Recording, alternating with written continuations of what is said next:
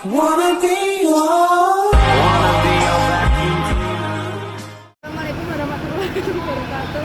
Saya Fani Ramadhani dari kelas 9B absen nomor 28 ingin membaca nyaring bergiliran. Tugas bahasa Indonesia. Kota tanpa buku.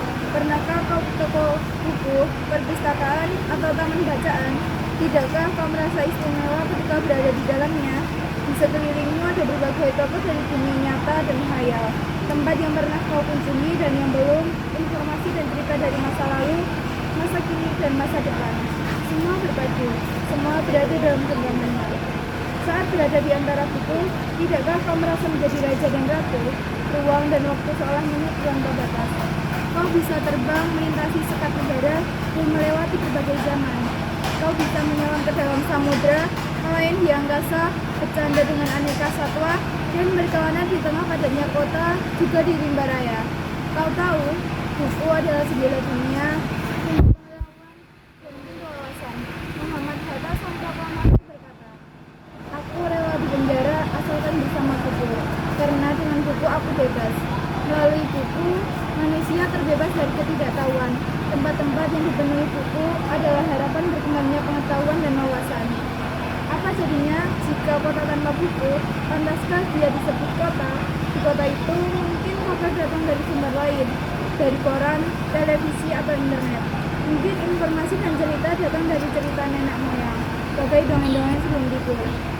Iramanya, warganya pun tiada beda. Bangun pagi, bertebaran di muka bumi untuk berbagai keperluan, untuk kembali pulang siang atau sore harinya. Setelah itu mereka berangkat tidur dan memulai lagi hari berikutnya. Semua serupa. Di kota itu mungkin ada bangunan bernama perpustakaan. Di dalamnya buku-buku berderet dalam rak yang tak terjamah. Tiada tangan meraih dan membuka halaman demi halaman dengan sukacita. Mungkin juga ada tumpukan buku di sudut-sudut sekolah yang sepi dan berdebu. Jarang dikunjungi, jarang dibaca. Buku-buku di sana teronggok tanpa nyawa. Bagaimana dengan kotamu? Mungkin kau tinggal di tengah kota yang megah, atau di gang sempit, di desa terpencil, di sisir pesisir, atau di kaki gunung. Adakah perpustakaan, taman bacaan, atau toko buku di dekat rumahmu? Jika ada, apakah tempat itu menjadi wadah berkumpulnya anak-anak dan warga, menjadi pusat berkembangnya wawasan dan pengetahuan, atau hanya menjadi pajangan? Maukah kamu jadi orang yang menghidupkannya? Kau bisa mengunjungi dan mengajak teman-teman membaca dan berbagai cerita di sana. Jadikan tempat itu sumber kegembiraan dan pengetahuan.